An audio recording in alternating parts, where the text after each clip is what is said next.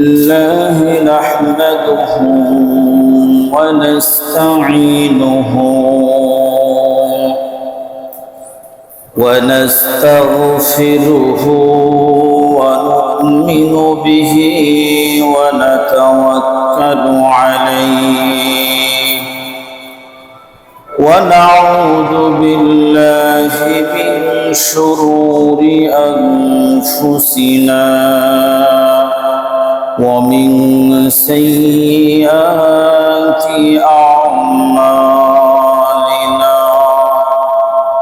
من يهده الله فلا مضل له ومن يضلله فلا هادي له ونشهد أن لا إله إلا الله وحده لا شريك له ونشهد أن سيدنا وحبيبنا ومولانا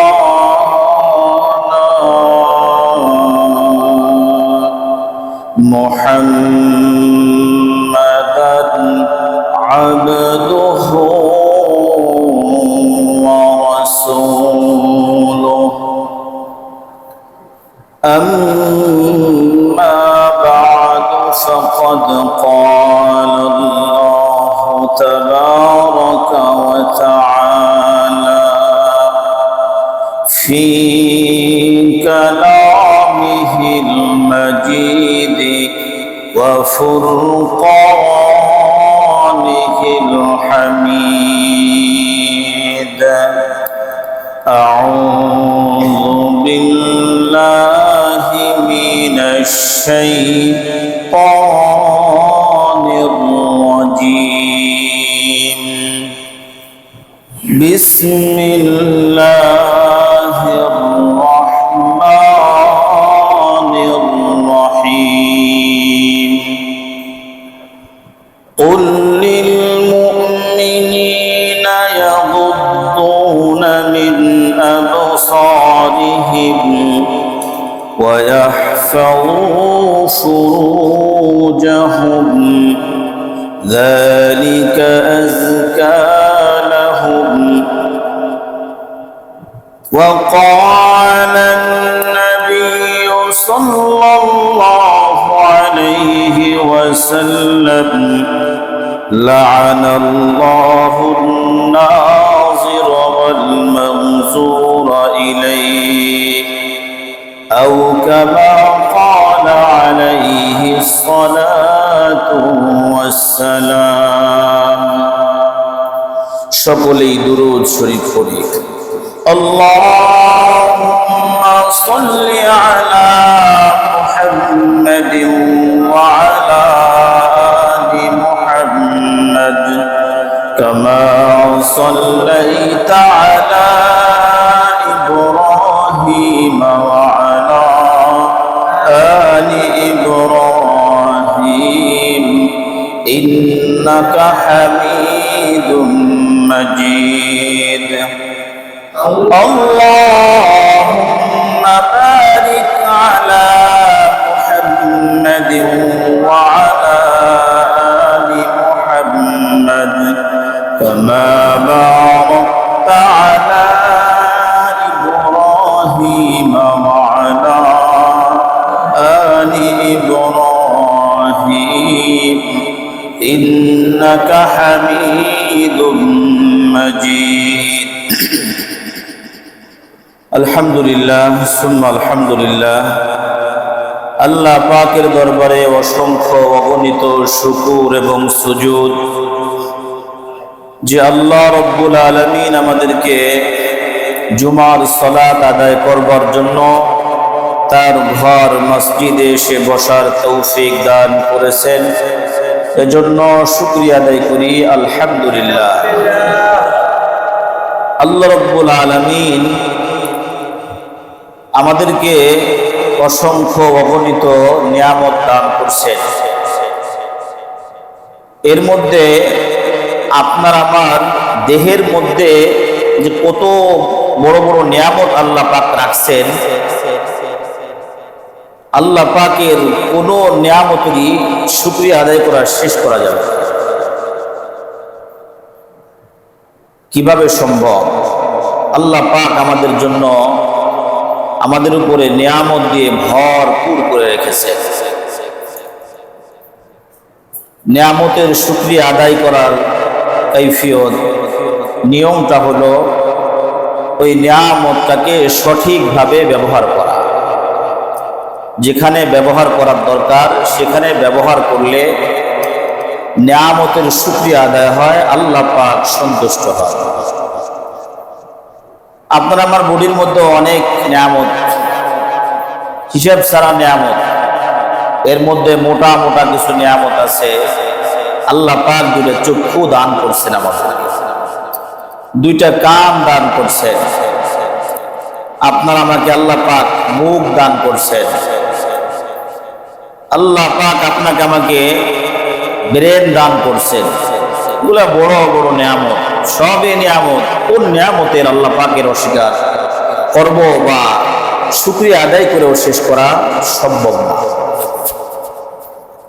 আল্লাহ পাক আমাদেরকে এই নিয়ামতগুলো দান করছেন। এই নিয়ামতকে আমাদের কাছে আমানত রাখছেন। অসংখ্য অগণিত নিয়ামত দান করছেন। আমাদের দেহের মধ্যে যে সমস্ত নিয়ামত আল্লাহ পাক রাখছেন, এগুলা আমাদের কাছে আমানত। আমানতের খেয়ানত করা কি নাই? জায়েজ। আপনি একজনের কাছে 500 টাকার একটা নোট আমানত রাখলেন। যার কাছে আমানত রাখলেন এই ব্যক্তি এই নোটটা কোনো কাজে ব্যবহার করতে পারবে না। যদি আমানত খুচরা রেখে থাকে তাহলে এই খুচরা আপনি অন্যজনকে ভাঙতেও দিতে পারবেন না। আমানত যেভাবে আপনার কাছে দিছে সেভাবে আপনার কাছে রাখতে হবে। একে কি করা যাবে না?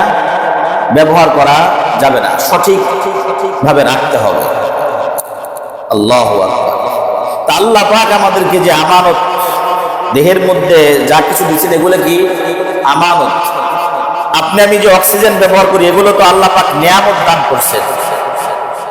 এগুলো আপনার আমার নিয়ামত দান করছেন, কিন্তু এটা আমানত না। এটা আল্লাহ পাক আপনাকে আমাকে নিয়ামত দান করছেন ব্যবহার করার জন্য। কিন্তু আপনার আমার বডির মধ্যে যে সমস্ত নিয়ামত আল্লাহ পাক দান করছেন এগুলা হলো আমানত। এজন্য তো আত্মহত্যা করা জায়েজ নাই। কেন? আপনি না, আপনার এই দেহটা কি না, এই জীবনটা আপনার না। আপনি আপনার শরীর আপনি কাটতে পারবেন না। কেন? দেহটা, এই শরীরটা কি না, আপনার না, আমানত। এগুলো কি ভাই? আমানত। লহ আমানতের সঠিক ব্যবহারটা করলে পরে আল্লাহ পাক সন্তুষ্ট হয়। আর এই আমানতটাকে যদি সঠিকভাবে ব্যবহার না হয় সেক্ষেত্রে আল্লাহ পাক অসন্তুষ্ট হন। আপনি আমি, আপনার আমার দ্বারায় আল্লাহ পাকের নাফরমানি হয়, এর দ্বারায় গুনাহ হয়, জাহান্নাম অবধারিত হয়ে যায়। এই আমানতটাকে সহিভাবে ব্যবহার না করলে এই কারণে আপনার আমার উপরে, দেশের উপরে, জাতির উপরে বালা মুসিবত নেমে আসে। আমানতের সঠিক ব্যবহার করতে হবে, অন্যথায় আপনি আমি গুনাহগার হয়ে যাব। আমাদের বডির মধ্যে সব থেকে বড় আর একটা নিয়ামত হলো, মানে বড় নিয়ামতের মধ্যে একটা বড় নিয়ামত হলো চোখ। এই চোখের আপনার সঠিক ব্যবহারটা আপনার করতে হবে। এই চোখের সঠিক ব্যবহার যদি আপনি করেন তাহলে আল্লাহ পাক যে আপনাকে আমাকে দুটো চোখ দান করছেন, আমরা আমানত ঠিক রাখলাম। সঠিক ব্যবহার না করে যদি ভিন্ন জায়গায় এই চোখ ব্যবহার হয় সেক্ষেত্রে আপনি আমি আল্লাহ পাকের দেওয়া আমানতের খেয়ানত করলাম। আপনার আমার কাছে আমানত আল্লাহ পাক দিয়েছেন, কিন্তু আপনি আমি খেয়ানত করছি। খেয়ানত করলে কি হবে? আল্লাহ পাকের নাফরমানি হবে, আল্লাহ পাকের সাথে নাফরমানি হবে, মস্ত বড় গুনাহ হবে। চোখের কাজ কি? চোখ দিয়ে ভালো জিনিসগুলো দেখা, চোখ দিয়া ভালো জিনিসগুলা দেখা, খারাপ জিনিসগুলা দেখা আমানতের খেয়ানত। আপনি এই চোখ দিয়ে কোরআনুল কারীমের তালিম দেখবেন, আপনি আমি দেখব কোরআনুল কারীমের তেলাওয়াত করব, তাহলে এটা কি চোখের সঠিক ব্যবহার। আপনি আপনার পিতামাতার দিকে নেক নজরে তাকান, চোখের সঠিক ব্যবহার। পিতামাতার দিকে নেক নজরে তাকাইলে আল্লাহ পাক হজের সওয়াব দান করবে। এই চোখের সঠিক ব্যবহার। কুরআনুল কারীমের দিকে তাকায় তাকায় পড়েন। যদি কোনো ব্যক্তি কুরআনুল কারীমের দিকে তাকায় তাকায় পড়ে, তো প্রত্যেকটা অক্ষরে তার 10টা করে সওয়াব হয়। তো যদি কেউ তাকায় থাকে, পড়ে না, তাকায় থাকে, চোখ দিয়ে কুরআনুল কারীমের দিকে তাকায় থাকলেও তার আমল নামায় নেকি লেখা হয়। এই চোখ দিয়া যদি আপনি বাইতুল্লাহ বাইতুল্লাহর দিকে তাকায় থাকেন, শুধু তাকায় থাকবেন, এই তাকায় থাকাটা একটা ইবাদত, তাহলে আপনার আমল নামায় নেকি লেখা হইতেছে। এটা হলো চোখের সহি ব্যবহার, সঠিক ব্যবহার। যদি আমরা এই সহি ব্যবহারটা করি, তাহলে আমানতের খেয়ানত হবে না। কিন্তু এই চোখ দিয়ে আপনি গুনাহের কাজের জন্য তাকায় তাকায় দেখে দেখে গেলেন, জিনা করার জন্য রাস্তা দিয়ে হাইটা হাইটা যাওয়া, চোখ দিয়ে দেখে দেখে যাওয়া, এটাও কি চোখের খেয়ানত? নাচ গান দেখতে পারবেন? জায়েজ নেই, হারাম। আপনি আমানতের খেয়ানত করতেছেন, আপনি আমি আমানতের খেয়ানত করতেছি। এজন্য এই চোখ দিয়ে বেগানা নারীর দিকে তাকানো যাবে না, হারাম। চোখের সঠিক ব্যবহার না করলে, যদি গায়রে মহল চোখটা ব্যবহৃত হয়, তাহলে আপনি আমানতের খেয়ানত করলাম, আল্লাহ পাকের দরবারে আপনি আমি পাকড়াও হয়ে যাব। বেগানা নারীর দিকে তাকানো যাবে না, কারণ চোখ এমন একটা আল্লাহ পাকের দেওয়া নিয়ামত এবং আমানত, যে চোখ দিয়া যদি কোনো ব্যক্তি বেগানা নারীর দিকে তাকায়, গুনাহের কোনো কাজের দিকে তাকায়, তাহলে এই চোখ ব্রেনের মধ্যে দেয়, ব্রেন কলবের মধ্যে যে আঘাত করতে থাকে, দিলের মধ্যে যা কি করতে থাকে, আঘাত করতে থাকে। প্রথমে সমস্ত প্রকারের মাসিয়াত, জিনার যে সমস্ত গুনাহগুলো আছে, এই সমস্ত গুনাহগুলা চোখ থেকে শুরু হয়। প্রথমে চোখে দেখে, এরপরে ব্রেনের মধ্যে নিয়ে কল্পনা ঝল্পনা করে, এরপরে লজ্জা স্থানে এটা বাস্তবায়িত করে। এজন্য আল্লাহ রাব্বুল আলামিন সূরা নূরের মধ্যে, নূরের 30 নম্বর আয়াতের মধ্যে আল্লাহ পাক বলেন, কুল্লিল মুমিনিনা ইয়াগুদ্দুনা মিন আবসারিহিম। রাসূল, আপনি মুমিনদেরকে বলে দেন, ইয়াগুদ্দু মিন আবসারিহিম, তাদের চোখকে যেন নিচে করে রাখে। চোখকে নিচু করে রাখতে হবে। কোন সময় নিচু করতে হবে? রাস্তা দিয়ে হাঁটার সময়। বেগানা, এই মাকসাদ হলো বেগানা নারীর দিকে তাকানো যাবে না, গুনাহের কোনো কাজের দিকে তাকানো যাবে না। নাম্বার 1, চোখের হেফাজত। হারাম কোনো কিছু এই চোখে যেন না দেখে। রাসূল আপনার মুমিনদেরকে বলেন, তারা যেন চোখের হেফাজত করে, চোখকে নিচু করে। আল্লাহ রাব্বুল আলামিন চোখের উপরে এমন একটা পর্দা দিয়ে রাখছেন, এটাকে হেফাজত করা খুবই সহজ, খুবই সহজ। কোন একটা জিনিস যদি চোখের উপরে লাগতে যায়, মুহূর্তের মধ্যে চোখটা বন্ধ হয়ে আসে। রাত্রে যখন গাড়ি চালানো হয়, হেডলাইট গুলা 2 পদের মুভ করা যায়, একটা হলো নিচু করে দেয়, আর একটা হলো হাই করে দেয়। হাই করলে পরে অ্যাক্সিডেন্ট হওয়ার সম্ভাবনা আছে। কেন? ওই যে সমস্ত গাড়িগুলো আসতেছে তারা ভালোভাবে দেখতে পারে না। চোখের একই হালত, তুমি চোখকে নিচে ডাউন করে রাখো, অ্যাক্সিডেন্ট কম হবে। উঁচু করলে অ্যাক্সিডেন্ট হওয়ার সম্ভাবনা আছে। তোমার দ্বারা অ্যাক্সিডেন্ট হওয়ার কি আছে? সম্ভাবনা আছে। এজন্য চোখের হেফাজত করো। আল্লাহ পাক সহজ একটা পর্দা দিয়ে দিয়েছেন, মুহূর্তের মধ্যে ডাউন হয়ে যায়, মুহূর্তের মধ্যে। রাস্তা দিয়ে হাঁটতেছি, বেগানা নারী চলে আসছে সামনে, মুহূর্তের মধ্যে সম্ভব। এরকম যদি হইতো যে হুজুর কিভাবে সম্ভব, আল্লাহ পাক তো বলছেন চোখকে নিচু করার জন্য। এই চোখের পর্দা এভাবে হাঁটতেছি উঁচু করে দিয়া, এটা নামাইতে হুজুর 10 মিনিট সময় লাগে, 3 লিটার তেল লাগে হুজুর। বলে না, ঠিক আছে, ও বিপদ, টাকা পয়সা নাই, গরিব মানুষ, তেল কিনবো কই থেকে, হুজুর নজরের হেফাজত করা সম্ভব না। তেল মোবিল কোনো কিছুই লাগে না, আপনার নেক নিয়তেই আপনার চোখকে হেফাজত করতে পারবে। আপনার নেক নিয়তে আপনার কি করবে? চোখের হেফাজত করবে। এই জন্য আল্লাহ রাব্বুল আলামিন বলেছেন ইয়াগুদ্দু মিন আবসারিহিম, চোখকে নিচু করা। তো মুমিনদেরকে বলেন তারা যেন চোখকে নিচু করে রাখে, কারণ আল্লাহু আকবার। হযরত সাইয়্যিদুনা ইউসুফ আলাইহিস সালামের দিকে না তাকায়া, নজর না করেই কি জুলাইখা পাগল হয়েছিল? ইউসুফ আলাইহিস সালামের সৌন্দর্যের দিকে তাকানোর কারণেই তো জুলাইখা পাগল হয়েছে, তাই তো? এটা তো কিচ্ছা কাহিনী না, এটা তো কোরআন শরীফের একটা সূরা আছে, সূরা ইউসুফ। ইউসুফ আলাইহিস সালাম একজন নবী, পৃথিবীর অর্ধেকটা সৌন্দর্য যাকে দান করা হয়েছে, সাইয়্যিদুনা ইউসুফ আলাইহিস সালাম, তার দিকে যখন বারংবার তাকাইতে তাকাইতে তাকাইতে তাকাইতে এমন আশেক হয়ে গেছে জুলাইখা, গুনার জন্য সে মুবতালা হওয়ার জন্য প্রস্তুত। কি কারণে? জুলাইখা যদি অন্ধ থাকতো, চোখ যদি জুলাইখার না থাকতো, ইউসুফ আলাইহিস সালামের প্রতি আশেক হতেন না। চোখের কারণে নবী আলাইহিস সালাম একবার তার বাড়ির মধ্যে বসে আছেন, বিবি সাহাবাদেরকে নিয়ে গল্প গুজব করতেছেন, কথাবার্তা বলতেছেন। এমন তো অবস্থায় একজন অন্ধ সাহাবী আসলেন। নবী আলাইহিস সালাম বলতেছেন, এই তোমরা তাড়াতাড়ি ঘরের মধ্যে ঢোকো, পর্দার আড়ালে চলে যাও। নবী আলাইহিস সালামের বিবি সাহাবাগণ বলতেছেন, ইয়া রাসূলুল্লাহ, আরে ওই সাহাবী তো অন্ধ।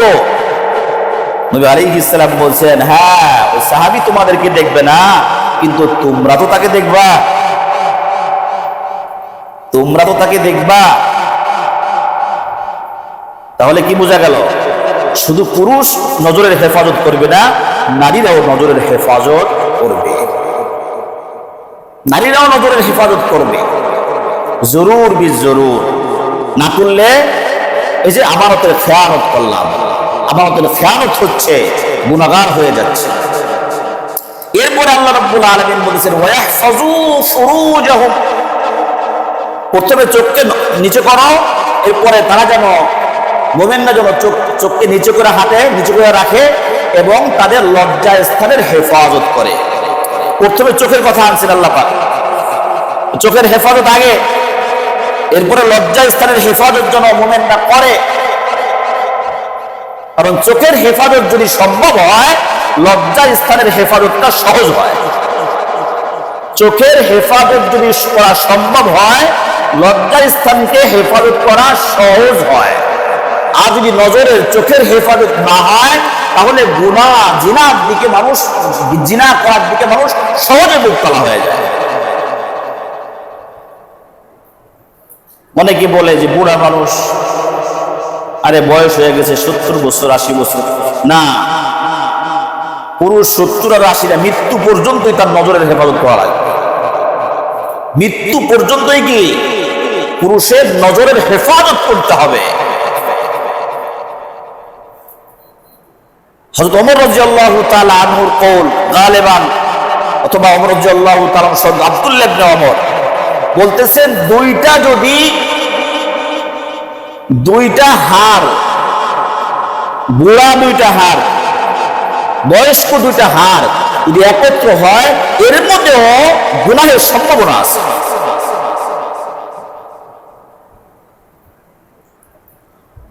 এজন্য যিনি বয়স্ক হয়ে গেছে, দাড়ি পাইকে গেছেন, তারও নজরে হেফাজত করা জরুরি। আরে দাদা তো না, দাদার নজরের হেফাজত করা ফরজ।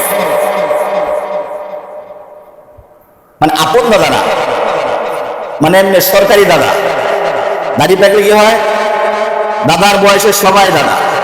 মামার এলাকার মামা বাড়ি গেলে মামার বয়সের সবাই মামা, নানার বয়সের সবাই নানা। আরে নানা তো দুষ্টমি, না, জায়েজ নেই, হারাম। আরে হারাম তো হারামই, এর মধ্যে কোনো শিথিলতা চলবে না। আপনি মানতে পারেন আর না মানেন, হারাম তো হারাম। কেউ মানতে না পারলে কি জায়েজ হবে না? মানতে কেউ না পারলে জায়েজ হবে? অসম্ভব। এই জন্য আমরা দোস্ত, আল্লাহ পাক চোখকে কি করছেন? আমাদের কাছে আমানত দিচ্ছেন, আমানত রাখছেন। এই আমানতকে সহি ব্যবহার করতে হবে। আমানতকে গায়ের মহল গুনাহের দিকে এই চোখ ব্যবহার করা যাবে না। যদি কোনো ব্যক্তি গুনাহের দিকে এই নজরকে ব্যবহার করে থাকে, সে আল্লাহ পাকের চোখ দেওয়া আমানতের খেয়ানত করবে। তদ্রুপ ভাবে কান ও আল্লাহ পাকের দেওয়া আমানত, এই আমানতকে সহিভাবে ব্যবহার করতে হবে। কোরআন কারীমের তেলাওয়াত করতে হবে, তেলাওয়াত শুনতে হবে। গান বাজনা শোনা যাবে না, বেগানা নারীর কথা শোনা যাবে না, বেগানা নারীর সাথে ঘন্টার পর ঘন্টা কথা বলা যাবে না। চোখের জেনা, এখন চোখের জেনা হবে, আর এটা আমানতের খেয়ানত হবে। এই কান যে আল্লাহ পাক আপনার কাছে আমানত রাখছেন, এই কান আমানত, আপনি আমানতের খেয়ানত করলেন, কবিরা গুনাহ করলেন, কবিরা গুনাহ আপনার আমার দ্বারা হয়ে গেল।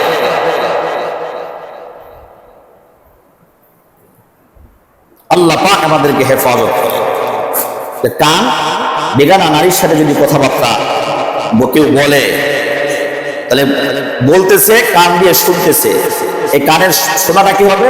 আমানতের খেয়ানত, কানের খেয়ানত হবে। জবান, মুখের জবান, এটা আল্লাহ পাকের আমানত। আল্লাহ পাক আপনার কাছে আমার কাছে আমানত রাখছেন, এই নিয়ামত, এটা অনেক বড় নিয়ামত এবং আমানত। এই আমানতের সঠিক ব্যবহার করতে হবে, এই আমানতের সঠিক ব্যবহার আপনার আমার করতে হবে। যদি সঠিক ব্যবহার না করি, তাহলে আমি আমানতের খেয়ানত করলাম।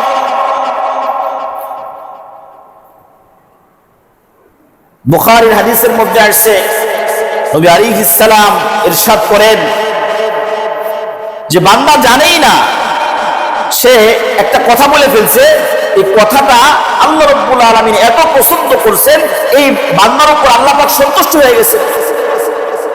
কথা কেন? এই মুখ দিয়ে মানুষের সাথে ভালো ব্যবহার, ভালো কথা বলতে হবে। মুখ দিয়ে কি করতে হবে? ভালো কথা বলতে হবে। আর এর আগের একটা হাদিস আছে বুখারীর, নবী আলাইহিস সালাম বলতেছেন, অনেক সময় বলে মানুষ কথার কথা বলে, এমনি দরকার ছাড়াই বলে ফেলায়, দেখা যায় এই কথার দ্বারাই এই ব্যক্তি জাহান্নামে দাখিল হয়ে গেল। এরকম জাহান্নাম যে পৃথিবীর পূর্ব থেকে নিয়ে পশ্চিম পর্যন্ত এর থেকেও বড় জাহান্নামের মধ্যে সে প্রবেশ করে ফেলে কথার দ্বারা। এরকম কথা যে আল্লাহ পাকের নাফরমানি হয়ে গেছে, মানুষকে কষ্ট দিছে, মানুষের গীবত শিকায়ত করছে, এমন কথার দ্বারা আল্লাহ পাক অসন্তুষ্ট হয়েছেন, সে আল্লাহ পাক তাকে এরকম জাহান্নামের ফয়সালা করছে। আরেকটা হাদিসের মধ্যে আসছে 70 বছর জাহান্নামের মধ্যে সে জাহান্নাম সে কামাই করে ফেলে এই কথার দ্বারা। মুখের কথা সাবধান, মনে যা চাই তাই বলা যাবে না। মনে আসছে বলে ফেলছি, বড় ছোট কোনো তমিজ নাই, আদব আখলাকের কোনো খেয়াল নাই, না, আপনি বলতে পারবেন না। আপনার মনে যা চাই আপনি বলতে পারবেন না, কারণ আপনি মুমিন। আল্লাহ পাক বলছেন তিলকা হুদুদুল্লাহ, এটা তোমার বাউন্ডারি, এই বাউন্ডারির বাইরে গেলে তোমার খবর আছে, তুমি নাফরমানি করলা। এই বাউন্ডারির বাইরে যাওয়া যাবে না, এই গুন্ডির বাইরে যাওয়া যাবে না, মনে চাইলেই কথা বলা যাবে না। কেন? এই মুখের জবানটা আপনার আমার কাছে আমান। আপনি কারো গীবত শিকায়ত করতে পারবেন না, গীবত করতে পারবেন না। এই মুখ দিয়ে মিথ্যা সাক্ষী দেওয়া যাবে না। যদি কেউ দেয়, আমানতের খেয়ানত করল সে। মুখ দিয়ে মানুষকে কষ্ট দেওয়া জায়েজ নেই, হারাম। এই মুখের যদি কেউ কাউকে কষ্ট দেয়, কথার দ্বারা কষ্ট দেয়, তাহলে এটাও আমানতের খেয়ানত। মেরা দোস্ত, কত মানুষ আছে মুখ দিয়ে কথা বলতে পারে না, চোখ নাই, চোখে দেখে না, দুইটা চোখেই অন্ধ। যার নাই সেই বোঝে সে কি হারাইছে, তার কি নাই। আপনি আমি এই নিয়ামত পায়া নিয়ামতের কদর করতেছি। নিয়ামতের কদরটা কি? এই সমস্ত জিনিসের সঠিক ব্যবহারটাই হলো নিয়ামতের শুকরিয়া আদায় করা। মুখ দিয়ে কোরআন তেলাওয়াত করতেছেন, বাস এই মুখের শুকরিয়া আদায় হচ্ছে। আল্লাহ, তুমি কি নিয়ামত আমাকে মুখ দিছো, আমি জবান দিছো, এই জবান দিয়ে তোমার কালামুল্লাহ শরীফ আমি তেলাওয়াত করতেছি। আমানত মেরা দোস্ত, একটু খেয়াল করে চলতে হবে, কারণ আপনি নিজে আপনারই, তাছাড়া কেউ আপনার না। আপনারটা আপনি, কেউ আপনার সাহায্য করবে না, কাউকে সাহায্যকারী হিসেবে আমরা পাবো না। আল্লাহ রাব্বুল আলামিন কালামে পাকের মধ্যে বলেন, ইয়াউমা লা ইয়ানফাউ মালুন ওয়ালা বানুন। ধন সম্পদ সন্তানাদি কোনো উপকারে আসবে না। আসবে না। ধন সম্পদও আসবে না, সন্তান সন্ততি উপকারে আসবে না। যখন আপনি আমি পরকালের যাত্রী হয়ে যাব, কি যাবে আপনার আমার সাথে? আপনার আমার আমল ছাড়া কোনো কিচ্ছুই সাথে যাবে না। যেখানে অনন্ত অসীম কাল কাটাইতে হবে, সেখানকার পাথেও এই দুনিয়াতেই জোগাড় করতে হবে। যদি আপনি জোগাড় করে না যাই, হেলা ধুলার সময় কাটাইতে থাকি, আল্লাহ পাকের নিয়ামতের যদি শুকরিয়া আদায় না করি, আল্লাহ পাকের নিয়ামতের সঠিক ব্যবহার যদি আমি না করি, কাউকেই খুঁজে পাওয়া যাবে না। আপনি নিজেই। আল্লাহ পাক আমাদেরকে সহি বুঝ দান করে। আল্লাহ পাক আপনাকে সুন্দর একটা দিমাগ দান করছেন, ব্রেন দান করছেন, উল্টা পাল্টা চিন্তা ভাবনা করার জন্য না, মানুষের ক্ষতি করার জন্য না, বেগানা নারীকে নিয়ে কল্পনা করার জন্য আল্লাহ পাক আপনাকে দিমাগ দেয় নাই। এটা সহি ব্যবহার করতে হবে। যদি সহি ব্যবহার না করি, গুনাহ নিয়ে যদি কল্পনা করি, তাহলে আমি এই নিয়ামত আমানতের খেয়ানত করলাম, আর নিয়ামতের নাশুকরিয়া হয়ে গেল। আর যখন সহি ব্যবহার হবে, তাহলে শুকরিয়া আদায় হবে, আর আমানতও ঠিক থাকবে। আর এর ফলে আমার রব আমার উপরে সন্তুষ্ট হয়ে যাবে। মেরা দোস্ত, যেন চলতেছি, এদিকে যাইতেছি, ওদিকে যাইতেছি, একটু নিজেকে একটু চুপ রাখার চেষ্টা করি, কথা একটু কম বলার চেষ্টা করি। যেখানে দুইজন বসে গল্প করতেছে, সেখানে আপনি না যাওয়ার চেষ্টা করেন, সেখানে গিয়ে দেখা যায় গীবত শিকায়ত হচ্ছে, আর একজনের বিপরীতে আলোচনা হইতেছে, সেখানে না যাওয়ার চেষ্টা করেন। নবী আলাইহিস সালাম বলেন, মান সামাতা নাজা, যে চুপ থাকলো সে নাজাত পেয়ে গেল, যে চুপ থাকলো সে মুক্তি পাইল, জান্নাত পেয়ে গেল, নাজাত পাইল। নবী আলাইহিস সালাম এক হাদিসের মধ্যে বলছেন যে আমার উম্মতের জন্য আমি আফসোস করি দুইটা সময়, আমার উম্মতের দুইটা সময়ের জন্য আমি খুবই আফসোস করি। কি আফসোসটা?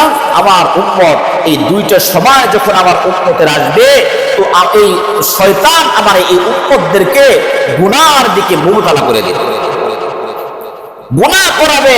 শয়তান আমার এই উম্মতকে ক্ষতিগ্রস্ত করে ফেলবে, জাহান্নামের দিকে আমার উম্মতকে নিয়ে যাবে। সেই দুইটা জিনিস কি? দুইটা সময়। এক নম্বর অবসর সময়, যখন মানুষ অবসর থাকে, তখন বিভিন্ন প্রকারের টেনশন, বিভিন্ন প্রকারের কাজ না থাকলেও কাজ বানায় না, কাজ নাই, আসলে গল্প করি। কি গল্প করি? পাশের বাড়ি কি হইলো, পাশের গ্রামের কি হইলো, ওই ব্যক্তির কি হইলো, পূর্বের ইতিহাস টানো, মনে করো পিছনের কিছু কথা, ওই ব্যক্তির কথা মনে করো। এই যে অবসর সময়টা গুনার দিকে মানুষ। নবী আলাইহিস সালাম বলছেন, আমার উম্মত যখন অবসর হবে, রিটায়ার করবে, তখন আমার এই উম্মতকে শয়তান তখন কঠিনভাবে পাকড়াও করবে। শয়তান আমার এই উম্মতকে ধ্বংসের দিকে নিয়ে যাবে, গুনাহের কাজ প্রায়। অবসর সময়টাকে আপনার কাজে লাগানো উচিত। দুই নম্বর হচ্ছে, নবী আলাইহিস সালাম বলছেন, আমার উম্মত যখন সুস্থ থাকে, আমার উম্মত যখন সুস্থ থাকে, এই সুস্থতার সময় শয়তান তাকে কঠিনভাবে পাকড়াও করে। যখন সুস্থ থাকে তখন কঠিনভাবে পাকড়াও করে। আরে হজ করে করো, উমরায় যাবে, আরে একটু দেরি করো, সুস্থ আছে, আরে নামাজ কালাম ঠিক মতো পড়ো না, আরো পরে নামাজ ধরি, আরো পরে আর একটু পরে যাই, বা আর একটু পরে নামাজ ধরবো, তাহাজ্জুদ পড়ার দরকার নাই, আরো পরে করবো না, একটু বয়সে সুস্থ আছে। এই শয়তান তখন কঠিনভাবে পাকড়াও করে। এই সুস্থতার এই নিয়ামতকেও কাজে লাগানো, সহিহ কাজে লাগানো, সঠিক কাজে লাগানো। মেরা দোস্ত, গীবত মানে ওই যে যেটা বলতেছিলাম, যেখানে দুইজন কথাবার্তা বলতেছে, আপনি চেষ্টা করেন সেখান থেকে নিজেকে অ্যাভয়েড করা, দূরে রাখার চেষ্টা করেন। ওর মধ্যে যাওয়ার দরকার নাই। গেলে আপনার কি হবে? আপনি যা দুজনে গীবত শিকায়ত করতেছে, আপনি যা বসলেন, বললেন হ্যাঁ ঠিকই তো, কি বললেন? হ্যাঁ ঠিক, এমনই শুনছি বা এমনই দেখছি। তাহলে তারা এতক্ষণ ধরে যে গীবত গুলো করলো, আপনি হ্যাঁ ঠিকই তো বলেই ওই ভাগীদার হয়ে গেলেন। ওই জন্য নবী আলাইহিস সালামের হাদিস যে আমার বান্দা এমন কথা বলে যেই কথার দ্বারায় বান্দা জাহান্নামী হয়ে যায়, 70 বছরের জাহান্নাম তার জন্য অপবাহিত হয়ে যায়। কিন্তু আমার বান্দার কি নাই? খবরও নাই। কোন গীবত শিকায়ত হয়েছে, আপনি শুধু যা বলছেন ঠিকই আছে, এমনই দেখছি। তাল দেওয়া যেটাকে বলা হয়, কথায় কি দেওয়া? তাল দিচ্ছেন, শুধু কিছুই বলেন নাই, খালি হ্যাঁ ঠিকই আছে, আসলেই তো এরকম। এই কথার দ্বারায় আল্লাহ পাক অসন্তুষ্ট হয়ে গেছেন। তো কি দরকার আছে? এই সময়টা আপনি 2 বার সুবহানাল্লাহ পড়েন, 2 বার আলহামদুলিল্লাহ পড়েন, লা ইলাহা ইল্লাল্লাহ পড়েন। লা ইলাহা ইল্লাল্লাহ এত পাওয়ারফুল একটা দোয়া। মুসা আলাইহিস সালাম বলেছেন, আল্লাহ আরে আমারে একটা তুমি দোয়া শিখিয়ে দাও, পাওয়ারফুল একটা দোয়া, দুনিয়ার কেউ জানবে না, সব থেকে পাওয়ারফুল। আল্লাহ পাক বলছে লা ইলাহা ইল্লাল্লাহ, সবাই জানে, সবাই জানে। মুসা সবাই জানলে কি হয়েছে? এটা এমন একটা পাওয়ারফুল দোয়া, সারা দুনিয়া যদি এক পাল্লায় রাখা হয়, লা ইলাহা ইল্লাল্লাহকে এক পাল্লায় রাখলে ওই পাল্লাটা ভারী হয়ে যাবে। আপনি আমি তো বলবো না, তো শয়তান তো আমাকে বলতে দিবে না, আপনাকে আমাকে বলতে দিবে না। আপনি এখন অবসর আছেন, আল্লাহর দিকে ফিরে আসেন। আপনি এখন অবসর আছেন, আল্লাহর দিকে ফিরে আসেন। অফিসের বেশি ব্যস্ততায় আপনি ইবাদত ঠিক মতো করতে পারেন নাই, জিকির আজকার করতে পারেন নাই, কোরআন তেলাওয়াত করতে পারেন না, এখন করেন। অবসর সময় আল্লাহ পাক আপনাকে নিয়ামত দান করছেন, করেন না। আরে ফেরেশতারা তো সর্বদাই ইবাদত করে। ফেরেশতারা কি করে? সর্বদাই ইবাদত করে। যেই ফেরেশতাকে যে ইবাদতের জন্য আল্লাহ পাক বানাইছেন, ওই ফেরেশতা ওই ইবাদত করতেই আছে। যাদেরকে বানাইছেন কিয়াম করবে, তারা কিয়ামে আছে, কিয়ামত পর্যন্ত কিয়াম করবে। রুকুতে আছে, কিয়ামত পর্যন্ত রুকুতে। সিজদায় আছে, কিয়ামত পর্যন্ত সিজদায়। ফেরেশতারা আছে আমলে। এজন্য তো আল্লাহ পাকের কাছে বলছে, আল্লাহ দরকার আছে ওয়া নাহনু নুসাব্বিহু বিহামদিকা ওয়া নুকদ্দিসু লাক। আল্লাহ কি দরকার আছে? আপনারই তো যথেষ্ট তোমার তাসবিহ তাহলিল করার জন্য, তোমার প্রশংসা করার জন্য, আপনারই তো আছে। কি দরকার আছে মানুষ বানানোর জন্য? আল্লাহ পাক কি বলছেন? ইন্নী আ'লামু মা লা তা'লামু। ও আমার ফেরেশতারা, আমি রব যেটা জানি তোমরা সেটা জানো না। মানে কি? মানে হলো ফেরেশতারা যেই আমলের জন্য আল্লাহ পাক বানাইছে, ওই আমল ফেরেশতারা কন্টিনিউ করতেছে। কিভাবে বুঝলাম? ওয়াফআলুনা মা ইউমারুন, ওয়াফআলুনা মা ইউমারুন, সূরা তাহরীম। আল্লাহ পাক বলছেন যে ফেরেশতাদেরকে যেই কাজের আদেশ করা হয়েছে ওটা 100% পালন করে, একটু 19-20 করে না। তাহলে ফেরেশতারা কি করতেছেন? আমল করতেছেন। এদের খাওয়ার কোনো টেনশন আছে? যে আল্লাহ 1 ঘন্টা জিকির করবো, এরপরে দুপুরে খাবো নাকি? সারাদিন না জিকির করলাম, মসজিদে পড়ে থাকলাম, রাত্রে কোথায় থাকবো? যায় বাড়ির দরকার একটা, রান্না বান্না কি বাসায় ঠিক মতো চাল খাওয়াতেই নেই, খাওয়ার নরের ব্যবস্থা আছে কিনা? ফেরেশতাদের কি এই টেনশন আছে? হ্যাঁ, আমার দিকে তাকান, এই যে আপনারা আমার দিকে তাকান, এই যে ভাই আমার দিকে তাকান। এগুলো ওয়াসওয়াসা, শয়তান শুনতে দিবে না। যদি আমল এসে পড়ে, ভালো কথা শুনলে যদি আমল এসে পড়ে, শয়তান কি করবে? দরকার নেই, ওদিকে তাকায় থাকো, এদিকে দেখো। আল্লাহ পাক আমাদেরকে বুঝ দান করে। তো ফেরেশতাদের এই টেনশন আছে? টেনশন নাই। তারা রাতে খাবে কি, দুপুরে খাবে কি, সকালে খাবে কি, কোথায় গিয়ে ঘুমাবে, টেনশন নাই। তারা সারাক্ষণ জিকিরে আছে, সারাক্ষণ তেলাওয়াতে আছে, সারাক্ষণ সেজদায় আছে, সারাক্ষণ রুকুতে আছে আছে। আর আমরা, আমাদের কি করতে হবে? ওদের কি পেশাব পায়খানা হয়? ফেরেশতাদের কোনো পেশাব পায়খানার দরকার আছে? খাওয়ানোর দরকার নাই, পেশাব পায়খানা করতে আইবে, কিছুই দরকার নাই। অল টাইম ইবাদত। আর আমাদের কি হবে? আমরা যখন জিকির করে থাকবো, ইবাদত করে থাকবো, ক্লান্তি, ঘুমাইছে বলছে, ঘুমের দরকার। আমাদের কি দরকার? ঘুমের দরকার। একটু পরে ক্ষুধা লাগবে, খাওয়ানোর দরকার। এরপরে আবার এই যে খাইছি, এগুলো তো আবার ডেলিভারি হওয়ার দরকার। মানে মহা মুসিবতের মধ্যে মানুষ আমরা আছি। অল টাইম কি আমরা মুসিবতের মধ্যে আছি। আমাদের ঘুমের দরকার আছে, খাবার দরকার আছে, বিশ্রামের দরকার আছে, যতগুলোর দরকার আছে। তাহলে কি এগুলো ইনকামও করতে হবে, হয় চাকরি করতে হবে, নাহলে ব্যবসা করতে হবে। আমাদের বাড়ির দরকার আছে, কই ঘুমাবো যায়? আল্লাহু আকবার। ফেরেশতাদের এই সমস্ত ঝামেলা নাই, তারা অল টাইম ইবাদত করে।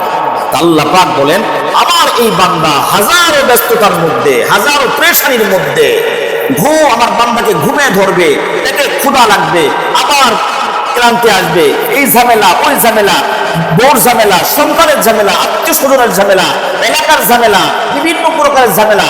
এরপরেও আমার বান্দা ফাঁকে ফাঁকে যখন নামাজ পড়বে, ফাঁকে ফাঁকে যখন আমাকে ডাকবে, ফাঁকে ফাঁকে যখন জিকির করবে, ও আমার ফেরেশতারা, আমার ওই বান্দারা, তোমাদের ফেরেশতা থেকে আমার ওই বান্দার মাকাম আরো বেড়ে যাবে। ফেরেশতাদের কি নাই? খাওয়ানোর দরকার নাই, অল টাইম ইবাদত করতেছে। এরপরে মানুষের মর্যাদা কেমন, যে এর পেশাব পায়খানার দরকার আছে। পেশাব পায়খানার মধ্যে গেলে আমরা মাদ্রাসার মধ্যে পড়াই, এর মধ্যে কি করা যাবে না? জিকির করা যাবে না, কোরআন তেলাওয়াত করা যাবে না, হাদিস পড়া যাবে না, কিছু নিয়ে যাওয়া যাবে না। এই সময় বন্ধ। তবে দিলে দিলে আস্তাগফিরুল্লাহ, দিলে দিলে মুখ নড়বে না, ঠোঁট নড়বে না, কোনো কিছু নড়বে না, দিল তরফ চলবে, আস্তাগফিরুল্লাহ আস্তাগফিরুল্লাহ, অসুবিধা নেই, মুখে উচ্চারণ করা যাবে না। তো এই টাইমটা আমরা ইবাদত থেকে গাফেল। যখন ঘুমাই তখনও গাফেল। ফেরেশতারা ঘুমায় না, কিন্তু আল্লাহ পাক বলেন, নবী আলাইহিস সালাম বলেন, ও আমার উম্মতটা, তোমরা আয়াতুল কুরসি পড়ে ঘুমাও, আয়াতুল কুরসি পড়ে ঘুমাও, তোমরা সূরা তাকাসুর পড়ে ঘুমাও, তোমরা কুল হুয়াল্লাহ 3 বার পড়ে ঘুমাও। তাহলে সারা রাত ফজরের নামাজ, ঈশার নামাজটা জামাতে আদায় করে ঘুমাও, ফজরের নামাজটা আবার জামাতে পড়ো। ও আমার উম্মতরা, সারা রাত ইবাদত করার সওয়াব তোমার আমলনামায় উঠবে। তুমি তো ঘুমাই রইছো, তুমি কি আছো? ঘুমাই আসো, কিন্তু তোমার আমলের কলমার খাতা চলতেছে। আল্লাহু আকবার। ঘুম থেকে ওঠো, ফজরের নামাজটা তুমি জামাতে মসজিদে আদায় করো। তুমি যখন মসজিদে জামাতে নামাজ আদায় করবা, সারা রাতের সওয়াব তো পাইয়াই গেলা। আয়াতুল কুরসি পড়ছিলা, এই সারা রাত তোমার জান মাল হেফাজতের দায়িত্ব আল্লাহ রাব্বুল আলামিন নিয়ে নিছে। ফেরেশতারা তোমার জান মালের হেফাজতের জন্য আল্লাহ পাক রেখে দিয়েছে। সারা তুমি ফেরেশতাদেরকে দিয়ে আমল করাইলা, সওয়াব পাইলা তুমি। এরপরে তুমি ঘুমের থেকে ওঠা ঘুমের দোয়া পড়ো, এরপরে তুমি এই দোয়াটা পড়ো, তুমি যেই নেক দোয়া করবা তোমাকে আমি দোয়া কবুল করব। এরপরে মসজিদে আসো, জামাতের সাথে ফজরের নামাজটা তুমি আদায় করো। নবী আলাইহিস সালাম বলেন, মান সাল্লা সালাতাল ফজরি ফাহুয়া ফি জিম্মাতিল্লাহ, যে ব্যক্তি ফজরের নামাজটা জামাতে আদায় করলো, এই ব্যক্তি আল্লাহ পাকের জিম্মায় চলে গেল। তাহলে আল্লাহু আকবার, কত সহজ। ফেরেশতারা অল টাইম ইবাদত করে, আর আমরা মাঝে মাঝে করি। আমরা কি করি? মাঝে মাঝে করি। তারপরে আল্লাহ পাক সন্তুষ্ট। বান্দা এত ব্যস্ততার মাঝে মাঝে যখন আমার বান্দা আমাকে রব বলে ডাকে, আমার কাছে বলে, আল্লাহ আমারে তুমি মাফ করে দাও, আল্লাহ আমাকে তুমি সাহায্য করো, আমি রব আমার এই বান্দার দোয়া বলে দিতে বলতে। মেরা দোস্ত, এজন্য আল্লাহর দিকে ফিরে আসতে হবে। যেটা বলতেছিলাম, অবসর সময় এবং সুস্থতা যখন আসি, এই নিয়ামত লেগে কাজে লাগাইতে হবে, আল্লাহর দিকে ফিরে আসতে হবে, জিকির আজগারে মশগুল হতে হবে, কুরআনুল কারীমের তেলাওয়াতে মশগুল হতে হবে। আর আপনার আমাকে যে আমানতগুলো আল্লাহ পাক দিয়েছেন, এটার সহি ব্যবহার করতে হবে। যদি সহি ব্যবহার করি, নাক, কান, মুখ, দিমাগ, কলব, এগুলো যদি সহি ব্যবহার আপনি আমি করি, সেক্ষেত্রে আল্লাহ পাকের নিয়ামতের শুকরিয়া আদায় হবে। আমানত ঠিক থাকবে। আর যদি কোনো বান্দা এগুলো সহি ব্যবহার না করে, গায়রে মহল ব্যবহার করে, আর যেখানে ব্যবহার করার দরকার সেখানে না করে অন্য জায়গায় করে, তাহলে আমানতের খেয়ানত করলো, আল্লাহ পাকের নাফরমানি করলো, জাহান্নাম কামাই করে ফেলে। আল্লাহ পাক আমাদেরকে কোরআন এবং সুন্নাহর সহি বুঝ দান করেন, আমাদের সকলকে খালেস তওবা করার তৌফিক দান করেন, আল্লাহ পাকের দিকে ফিরে আসার তৌফিক দান করেন। আল্লাহ রাব্বুল আলামিন আমাদের সকলকে দিনের জন্য কবুল করেন, সকলে বলে আমিন। ওয়া আখিরু দাওয়ানা আলহামদুলিল্লাহি রাব্বিল আলামিন।